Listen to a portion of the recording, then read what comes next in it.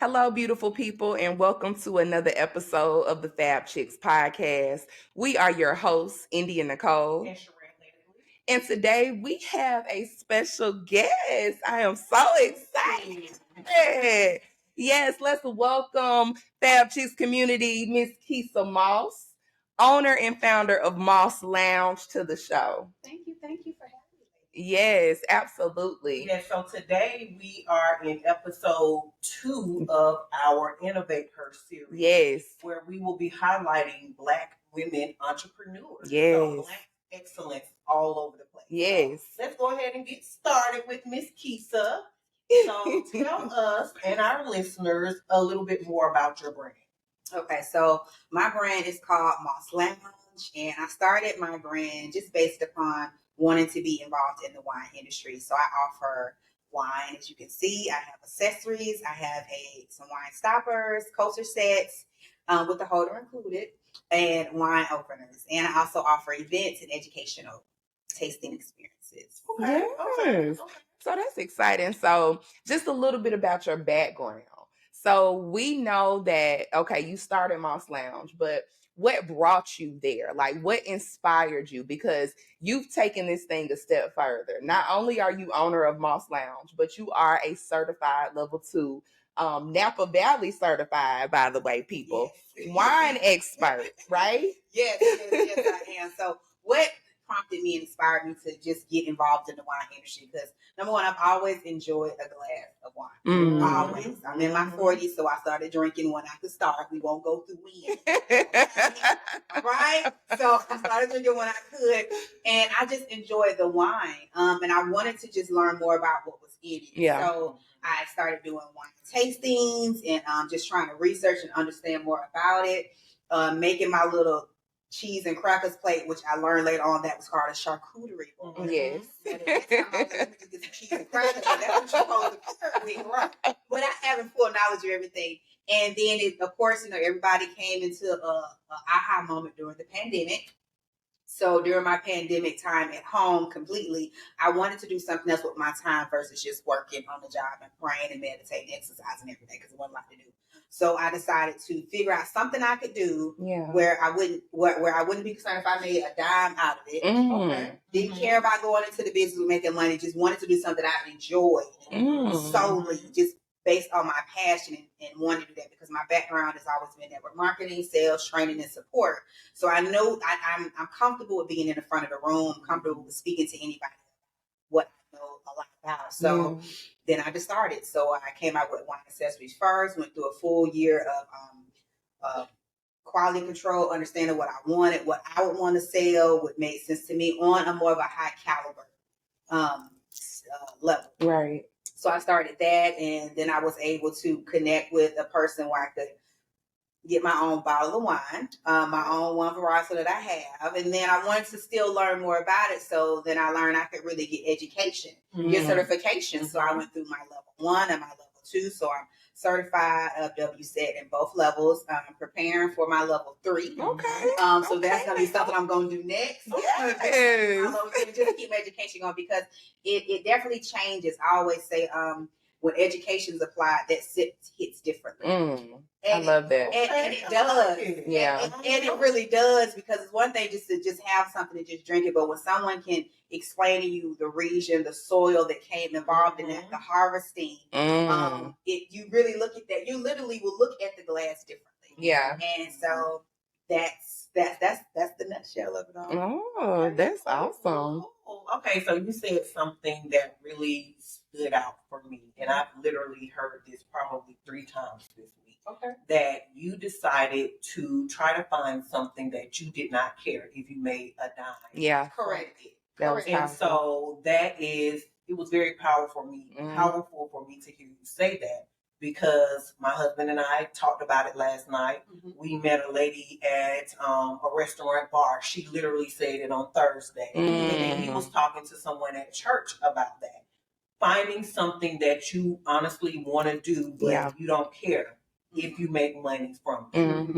Money is just icing on the cake. Right. So that was just immediately like, almost like confirmation. Yeah. Again, for me in my pursuit, Right. in my journey, to hear someone else say that. Yes. Yeah. And then I take it a step further, and I always say that because I'm not in control of my plan. Right. Come on now. I started this business with, I'm just gonna do some wine accessories, but now I'm my business as me, as how wine changes every day. So should we change every day. Right. The characteristics of wine change. We're not the same people. I'm not the same person I was when I started my business. I've been in business 2 years now, officially as of August of last month. So I know that it's evolving more into more of educational, more into bringing those experiences for the person. So I always share with people like my silent partner that's not so silent is Jesus Christ. Right. Gotcha. Yes. That's who's steering my ship. Right. You know, so I don't know how far and where my business is gonna go. So I can't be concerned about the financial portion of it. Right. Because he takes care of everything anyway. Sorry, I got a little praise break on. Right. This is the Baptist podcast. Faith filled, authentic, and bold. Yes, you sound crazy. So yeah, anytime, that's how I feel about the business part. But I'm just enjoying it. I'm having fun with it. Yeah. And I think if that's always the premise of it, and remember your why, the how is gonna work itself out, and that's where the dollars come. Okay. You better know it. I love it. So you said something. You talk a lot about an experience, right? So we know your tagline is "Enjoy your premium wine experience." So let me ask you, what makes your wine experience premium? Tell the people because they want to know. Premium around a lot. Yes. I don't be. So when I say that, I mean to say that because some people look at drinking wine or have experience like you have to go all the way to Italy or to France. And don't get me wrong, I want to go to them places too. Right. Wine. But you may not be able to have that within your means and your resources. You may be a person just getting off of work late, or might be come home doing homework or working a double shift, and you just may want to have a glass of wine. So that's the reason why I brought out my accessories first. Is because when I started drinking my wine, I always want to have a full spread of just all these nice things to have with it, because that's going to heighten your experience. Yes. That's going to change your ambiance of it. You know, it doesn't matter really what you're drinking, because what you have associated with it can help change that. Right. So that's why I always say your premium experience, because that's what that's what I want to bring to the Best of Moss Lounge is about. Helping whatever experience you have and taking it to the next level by making it premium. That's by bringing your accessories, your education, and of course your bottle. Right. Because I can help you pick out a bottle, because you may not want mine, but I find what you need. Okay. I know that's right. I like that because for me, I love a Cabernet. Mm-hmm. And I can only drink it out of my Olivia Pope wine. Okay.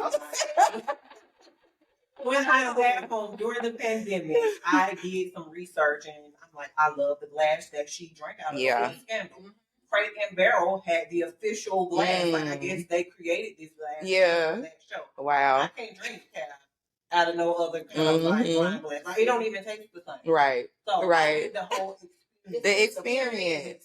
Yeah. It's whatever that person has experienced for them. Some people like to just drink with music. Some people just want to sit in the dark. Some people like to, journal while they drink. It's whatever that experience is to you. And I want to be able to bring that out for you.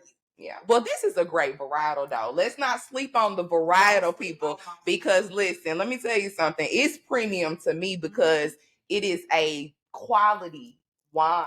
This is no fruit juice and added flavors. This is great wine. Okay. Hearing about the process. Open up with that. Okay. So let me tell you about what goes in this bottle. So this is considered a red blend. It's from France, product of Italy. Rhone Valley to be exact. So not the same side of France where you would get your champagne from, because that's 2 different sides. Just put that out there. Okay. So we have 4 different varieties that goes into this bottle. We have Grenache, we have Syrah, we have Carignan, and we have InnovateHER. So most people heard of Grenache before because that's a lot in 19 Crimes with Snoop Dogg on the front. Y'all context. See how I bring that back in with the Syrah. Yeah. So Grenache and Syrah are very known. Carignan and InnovateHER, people know about them, but may not be as much. So that's what's going into this bottle. You're not going to have any sugar. This is not a sweet wine. This is an all dry wine. But it's so good. But it's good. So with all those different varietals, it's not going to be a high tannin. Tannin is the gripping texture that you feel in your mouth, your tongue, and the back of your mouth. So with that, it's a soft tannin. Okay. The acidity is going to be high, which means like you're going to want water. best way to tell acidity. If it's high, just take a sip, lean forward. If you got a lot of dripping and solvating, then yeah, you need some water. That's high acidity there. Another thing about this varietal is sometimes people have like, well, I don't know what kind of red wine I want to drink, or I'm more of a white wine or sweet wine person. If a person says they want to get introduced to a red wine, a red blend is always pretty good to start. That's what I'm saying. Me too. Blend. So for the listeners that are listening, the this particular Côtes de Rhône is the name of it. It's in between like a Cabernet that Sherelle likes, because that's going to be a little bit higher tannin count, and it's Pinot Noir would come low. So that's why I say it's in the middle. Pinot Noir, this is her thing. That's her thing, Pinot Noir. So that's what goes into it. So it like it said, it's a great wine. It's a great wine. It's a great wine. And this is coming from somebody who, you know, firsthand, like, I was not a red wine drinker. You know, my palate sense has become more sophisticated and grown, changing my palate, and I love it. So now it's like, I find myself, it's hot on a summer day. I know the thing would be to get a white wine because it's cool and crisp. Honey, I'm drinking Pinot Noir and it's hot because I just love it. I love it. And so, yeah, but thank you for elevating my palate, friend. And we're still elevating. We're still elevating. Absolutely, absolutely. So what would you say, as far as, since you've been on this journey of entrepreneurship and in the wine industry, have been some of your biggest challenges as a Black woman? Okay. Because when we hear wine, especially, and then let me just say this, most people for a long time would associate wine drinkers with, you know, Caucasian people or well-to-do, wealthy, you know. And then I think the stigma, especially with Black women, is that all Black women love Moscato and sweet juice box wine, and that's not the case at all. Yeah, I did. And like I said, my palate has become more refined and elevated, as you should grow in life. Your varietal choice should be different. Absolutely. No, and I'm not hating on the sisters who like the Moscato and the sweet wine. I love you, boo. It is not, I'm not throwing shade. Right. I'm just saying, as far as the stigma that's been placed upon Black people and, you know, their choice of alcohol. You know what I'm saying? So you don't see a lot of Black varietal owners. You do not see that. And I think that you coming into the industry, educating me, of course, I see, okay, it is. We are in this thing. We are out here. You know what I mean? So what would you say have been some of the, I guess, your greatest obstacles to overcome? Okay.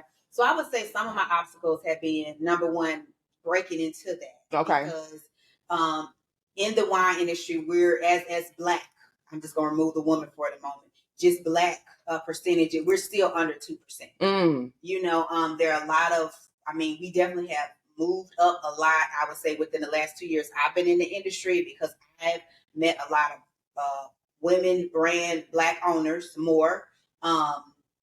They're popping up more online. More of us that get involved in education. More of us are traveling to different countries to get that information, to bring it back to our community and the culture. So you have a lot of people within their city, which in their state, who are really booming. They might not be on a national level, but they are booming, and they're getting there. So the networking, the opening of the doors, has been an obstacle. And, you know, just someone being open to take a chance on you, to allow you to shell that or come to do a tasting or what have you. Sometimes that can be a bit of a struggle because they don't know you. And most of the businesses and communities, they might want to just stay within their audience of who that brand and who that familiar, like you talk about sweet wine. Right. If they know that's their audience, they might not want to take a chance on someone who doesn't have a sweet wine. Right, I got they don't want to miss out on the money. Right. But it's okay to take a chance sometime, because that person for the sweet example, if that's all what they've been exposed to, they might not even know. One might have said, hey, well, why don't you try this, and why don't you pair it with that? They might even know that, oh, it really does taste good. Yeah. You know what I'm saying? If a person really only likes sweet wine, it just might be because that they like a lot of sweets. So they just might not even know about this other wine. Some people like what they like. Right. And you should always drink what you like. always. But the beauty thing about wine is you can try other things. So I would definitely say the networking part about it has been an obstacle for me. The funding, everything costs. Right. Ain't nothing free Right. in life. Nothing. So everything you do costs money. You think you get it? You didn't get a windfall. You paid for it somewhere. Right. So in business, you have to know that you have to decide on, well, I can go here and do this, but my business needs to do that. So you have to make those tough decisions on your time, hanging out with a girlfriend, going here. I just want to go out and eat by myself. But then what about my business expenses? So that can be an obstacle sometimes and a struggle to make those hard decisions. Right. I mean, because you want to be able to balance it out, but sometimes it's going to be an imbalance. Yeah. When you're in business, it just is. It is. I know Sherelle and Indy can speak on that. It's going to be an imbalance. Absolutely. To make that. So I know that's an obstacle too. And there's a lot of other stuff I can go through, but I don't want to turn it into an obstacle venting conversation. So for someone that is interested in pursuing this, what would be some first steps or advice that you would give them to get started? Okay, great question, by the way. I would definitely say you want to do your research. And I know people say that all the time, for like research. Yeah, you want to do that because with the wine industries, there's so many different pockets that you can get into. You can be a brand owner and come out with your own wine. You can have merch. That's a big thing. But you can get an education. You could just say, okay, I just want to go around and I just want to offer tastings and events, or I want to be a consultant. There's so many different facets you can go into. I would definitely figure out which one you want to do, or if you want to do them all, go for it, because that's the best way you're going to know. Because when you in it, you in it. You don't want to just stay in a box of it. Get you a mentor, someone that you can trust that kind of understands really what you're doing and what you're going for. Maybe somebody that you admire that's in the industry. Get you a mentor and do that, and set aside your time to work your business, because that's a big thing to do that. Not saying you got to do it all day, every day, but just set aside a few hours a week to say, I'm going to work on, I'm going to get my project plan together. I'm going to write down some notes. I'm going to get an action plan to figure out what I'm going to do for the next 12 months. Be engaging, join some type of social group that's in the wine industry so you can learn more about the history of it. Visit some vineyards and some tasting places. Travel if you can within your resources. There's always a place to go visit in your state or your city to go visit. Yeah, I feel like I've seen an increase in wineries, or maybe because I now drink wine and know people, kind of in the industry. Yeah, I feel like it's wineries everywhere. It's wineries everywhere. It's the festivals all the time. It's always something. It's always something. It's a good thing. But like you said, because you're more engaging of it, it catches you. Yeah, because years ago, I wouldn't have noticed anything at all. Girl, listen. Right. And I was on the Malibu rum. I wasn't a wine person, period. Right. They do. Right. You crazy.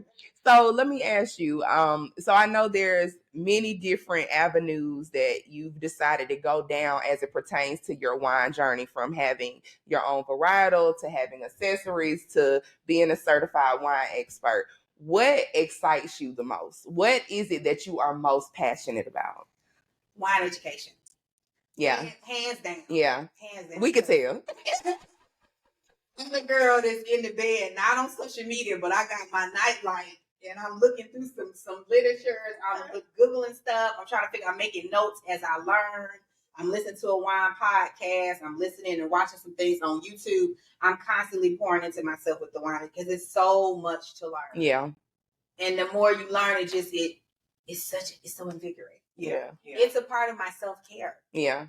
Yeah. I believe it. I believe it. I know firsthand. Like, being your friend is such an advantage, because I know I'm gonna, get this education on this wine. We can be out and it's like, oh well, yeah, let me taste that. Let me smell that. Yeah. And then you're gonna give me the rundown. So now I'm educated about what's in my glass. Right. Absolutely. So that sip hit different. It's not like when I met you, you did, I guess, a wine tasting and pairing. And so I'm just going to be like, hey, let me get a cap. Right. I don't care what I'm eating. Right. And sometimes it throws off It does. the taste of the wine or even the food. And you're like, ugh, I'm just going to drink some water at this point because it's nasty. So it got my mind to thinking about, okay, be cognizant in certain situations of what you're eating and what wine you plan to drink. Because sometimes I may not even do a wine because I just know it's not going to taste good. Right. Yeah. Exactly. Now, most wines should taste good by themselves. Absolutely, because that's just the wine you're drinking. But as Cheryl mentioned, food pairing plays a lot into that. So remember, food impacts the wine. Wine does not impact food. So if you drink something, you're like, oh, this tastes good, and then you might eat it with a cupcake. You probably should have paired. Right. Probably should have paired the cat with that cupcake. Right. You know what I'm saying? You're gonna be like, I don't know about this one. I don't like that. What you pair it with? Right. You know what got to do with it. And sometimes that food can make that wine taste even better. Yes. Right. And I don't remember what you paired. I think it was a cupcake that we had. The sweet potato. Yes. Yeah. You paired it with, I want to say it was like it was. And I really don't drink white wine. I don't even drink Moscato anymore. Yeah. Solely the Decaf. And it was delicious. Yeah, it was. Delicious. Yeah. It was delicious. Yeah. It was. That was a perfect pairing because I'm going to tell you, India was so about, I don't like, and we had to do our setup. And I said, I want you to try this wine. And she was like, oh, it's okay. And then I said, now I want you to try it again. I want you to bite the cupcake. And then I want you to try the wine again. And she was like, oh. Yeah, it was delicious. Yeah. Shout out to Elytra, girl. You did that. You did that, girl. You even had your bottle, but I'm going to tag you on this. Yes. She came to the tasting too, and because she didn't know she was in the tasting. I didn't tell nobody. She was like, "Oh my god!" I was like, "Girl." So yeah. It was a perfect pair. Yeah, it was. So where can the listeners buy your wine? So wine is sold. In 4 different locations: Prohibition Liquor, Forks and Flavors, Nico's Wine Corner, and Westview Grocery Store. And my accessories are online. Cool, Forks and Flavors. Yes. In Kennesaw? Absolutely. Yes. Yeah. Okay, so yes. have you met the owners? I have They've not been down there. No. They got food. So you be up there on the Sunday. Okay. Yeah. So you'll have to try. Definitely. Yes. Now, one more time. Now, you said Prohibition Liquor. Prohibition Liquor, Nico's Wine Corner, Forks and Flavors, which is the restaurant, can get you a glass, and Westview Corner grocery store. Okay. Awesome. And of course, as far as the beautiful accessories, where can we find these accessories? You can find them online at www.themosslounge.com. Okay. All right, Miss Keisa Moss. Well, I absolutely have enjoyed having you on the show. This has been awesome. So we're going to get into a kind of different segment. So I know, we do the For the Culture, but we want to kind of put something out there to as it pertains to wine and Black culture. So what are your thoughts on wine and Black culture? And as far as being an advocate to make more Black and brown people aware of the wine industry and just being able to enjoy wine. Yes, I am all for the culture and I love it. I'm involved in what's called the HER Society, which is a Black-owned organization, and the organization has different chapters. So I'm involved of the ATL chapter. Shout out to HER Society. And we offer so much experience within our chapter, and along with that, they offer national events on a yearly schedule where it's a whole week just full of tastings, education, opportunity.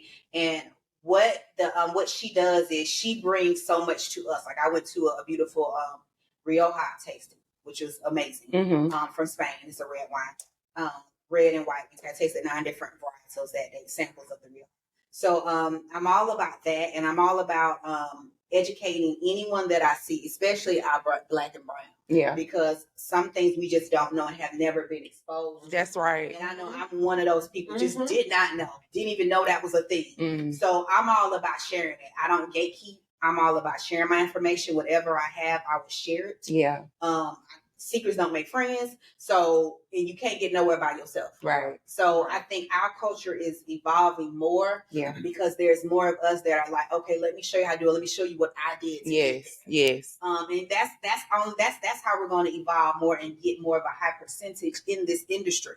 Because there's still a lot of doors closing for a lot of us. Right. But we're not going to close it on each other. That's right. Yes. Not at all. So if I had a gathering or a party, or let's say I'm doing maybe like a brunch at my home, do you come to people's homes and educate their guests? Yes, I would definitely come. I would set up. I would bring my whole slew of information, as well as I would determine based upon questionnaire with that host of what would you like to see today, what do you want to take out from this experience. Okay. And I'm going to bring my twist on it, and they're all not going to be the same. Okay, so for us that like to have girl nights out, yes. And, we see all the reels of, they're having pajama parties. Yes. That's a great addition to add to your pajama party when you bring in your charcuterie board. Mm-hmm. I've seen the pizza boards, the butter boards. Right. Let's have wine as well. That's right. Let's do a wine pairing, whatever board you're going to bring. That's right. Let's do it. Yes. And have a certified wine expert to explain. So you can be educated. So last question, Keisa, for you.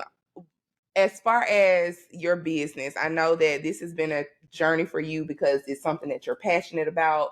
Where do you foresee yourself within the next, let's say, year? We're not going to, because we already know that Jesus is guiding your boat. And so there are things that are uncertain that you do not know. And that's one thing when you are a faith walker, your mind can change, your plans can shift, and traditional people who stick to the business plan, they may not understand that. You know what I'm saying? And you may even be ridiculed for, girl, that don't make no sense. But because you know that you trust God for all things, and that everything that you're doing is guided, where do you see where can you foresee, or where do you want to be as far as a visionary? What's your vision for your business within the next year? Okay. It was a loaded question. It was loaded.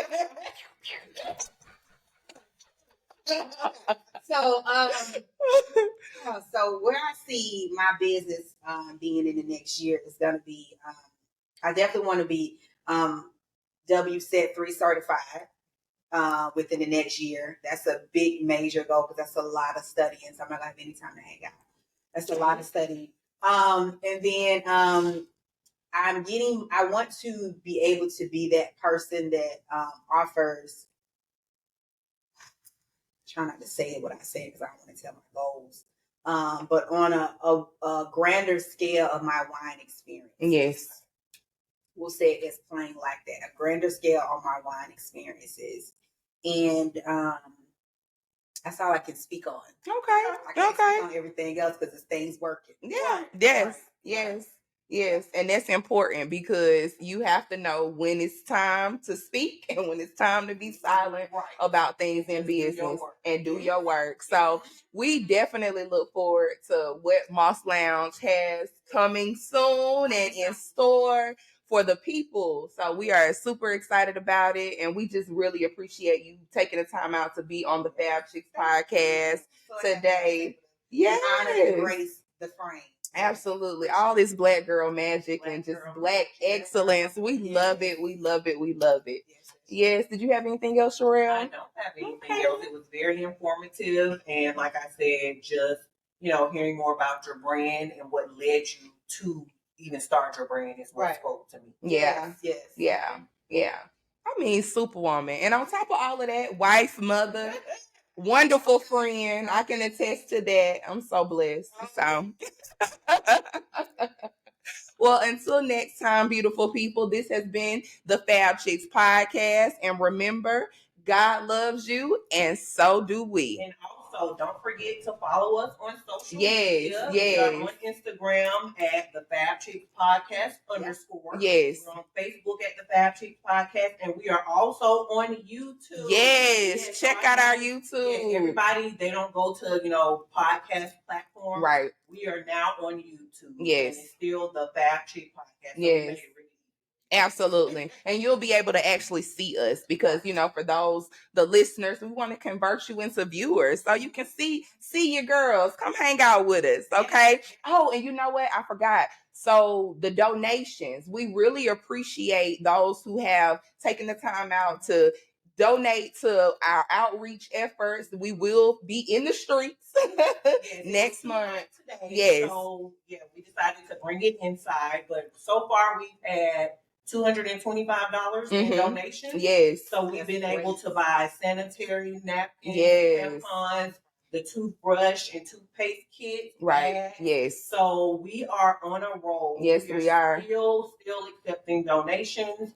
We are planning to hit the streets in September. Yes. So up until then, hey, yes, accepting donations. Absolutely. We love you guys. Thank you. Peace. Bye.